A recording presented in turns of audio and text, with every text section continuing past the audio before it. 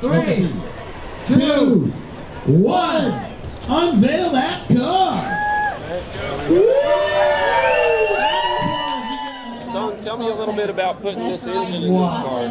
What was that process like? There was a lot of fabrication because the original engine bay didn't fit, obviously. This engine, so we had to cut the towers. And now it looks super clean, right? But it looks like the 2.3 was supposed to be in this car. But the interesting thing is that there was a 2.3 displacement in 1974, right? That I think it was about 76 to 90 something horsepower, right? But now this stock is at 310, and this could actually pull up to, I heard John Hennessy was telling me, up to 800 horsepower. If we dual charge it, that would be pretty awesome. That'd be awesome. So you had some physical limitations with the strut towers. You took care of those. What did you do with the electronics, with wiring? I know a lot of people that build cars, that's where they get into a lot of trouble is with the electronics. Well, Ford came, so it's a stock ECU, right? So there's a lot of still experimentation because this has never been done. Right. But they came in and they helped us out, right? And so we had a wiring expert that came and worked with them, so they helped us figure it all out. So there's still a lot of tuning to do once we get back. This is SEMA ready, it's not road ready, right? So because it's the first of its kind, we're still learning as we go, right? So, absolutely, there's a lot of deadlines with SEMA. You talk to any of the builders, they'll tell you that. Absolutely. But notice that this is fiberglass. No, originally was the hood fiberglass. This is actually carbon fiber. Carbon fiber. Yeah, and this with the. Okay, that's just the backside. Yeah. Of it. So this is actually from Maverick Man. So there's a guy that works for Hot Rod Magazine, and he calls himself Maverick Man. His real name is Derek. That's his specialty. That's his passion. So he makes the grabber hood, right? So these nostrils represent the grabber edition. Right? That's awesome. So it's beautiful. So that was like the top of the line Maverick that was available. So that came with this hood and the 3-piece trunk, right? Interior. Oh yeah, absolutely. I saw the skull knobs on that. Whose idea was that? This. Yeah. Well, this has a really interesting story to it. When we bought the car, we bought it from a man named David, right, in West Covina.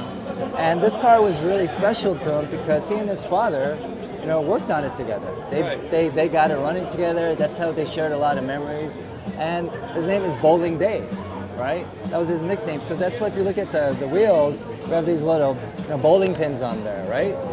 And then, so his father put these on, these little cheap little skull caps, right? So then I decided, you know what? He told me that he was going to bring his father to SEMA and to show him the car. Well, obviously, he's not going to recognize it. This is to pay tribute, kind of homage to them in the history of the car. So when his father sees it, he's going to recognize that it's his Maverick. Nice touch of humanity there. Yeah, so it gives it soul, Awesome. So the inside, the interior, the upholstery. All right, so my favorite part about the Maverick interior is this tray, right? Because a lot of I think up to 74, they didn't have glove boxes, right? So they had this danky little plastic tray down here. Right. This isn't plastic anymore. I sent all the interior to my friends in Dubai. 3 emblem there for right? the Underdog 3 project. Yep. And my friends over in Carbon Signal in Dubai, they do all the carbon fiber for the Nissan Middle East, right? So they're Hakosuka and 240 enthusiasts. And so when I built the Faguzi, the 240Z last year, they reached out and said, we would love to contribute somehow. And I said, well, maybe you could help me with the interior, right? So on this one, they reached out and said, hey, we want to be a part of this. And I said, but you guys are, JDM, you're not really Maverick guys. And they're like, it doesn't matter. We want to support this project. Yeah. So I basically sent them all the interior, and then they made molds. They made carbon fiber molds. They redid these panels. These were like these janky little rubber pieces, and they made molds for these, and now they're carbon fiber. We kept the original back seats, but then of course we reupholstered it with a kind of Ford GT homage to it. That's why we have these little rivets there. I didn't even notice the roll cage until after we got in. This is removable as well. Is it? Yeah. Wow. Yeah. It's so clean. It's done so nice. You don't notice it. Yeah. I think that's the whole point. Is to keep it very simple. Very clean. Yeah. Simple. Elegant. Yeah. Awesome. And I love to keep original components. So we just repainted the the OEM. What are these called? The window. Crank. Yeah, the window cranks. And then this center console was only available in the Ford Maverick GT from 1974, right? So most American Mavericks were 300 tree, right? And instead of course, we wanted to make a manual, but instead of just coming out of the Ford, it would have been nice to have an original console. So I saw a picture of a Maverick console in an old magazine. So I wrote all my friends in Brazil and said, hey, how do I get this console? They said, it's impossible to find. And this guy, Sid. That can really slow a project down Yeah. with all the deadlines and stuff. Absolutely. He saved the project. Yeah. He saved it for the deadline anyway. Yeah, so Sid from Brazil, a Maverick enthusiast, wrote me and said, I have an original console.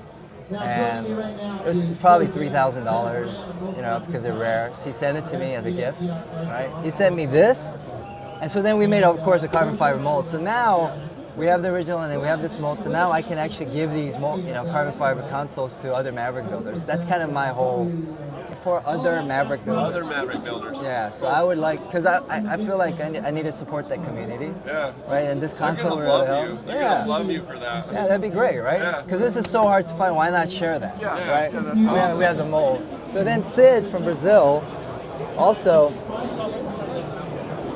he sent me these taillights. So these are phase 2 taillights.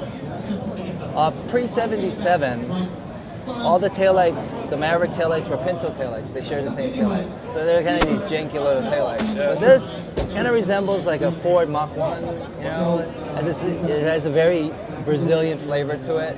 Only available in Brazil. So Sid actually sent me these as well, right? So these are OEM Ford, very rare, very hard to find, right? Beautiful. The whole lines and everything Yeah. just go really well.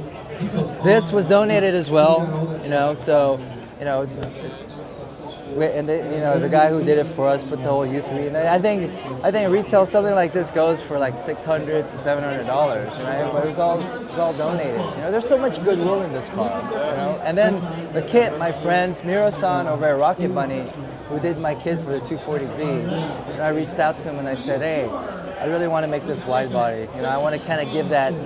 I would say the Underdog is, if my 240Z had a Brazilian cousin, it would be the Underdog, right? So it's like a Hoppa.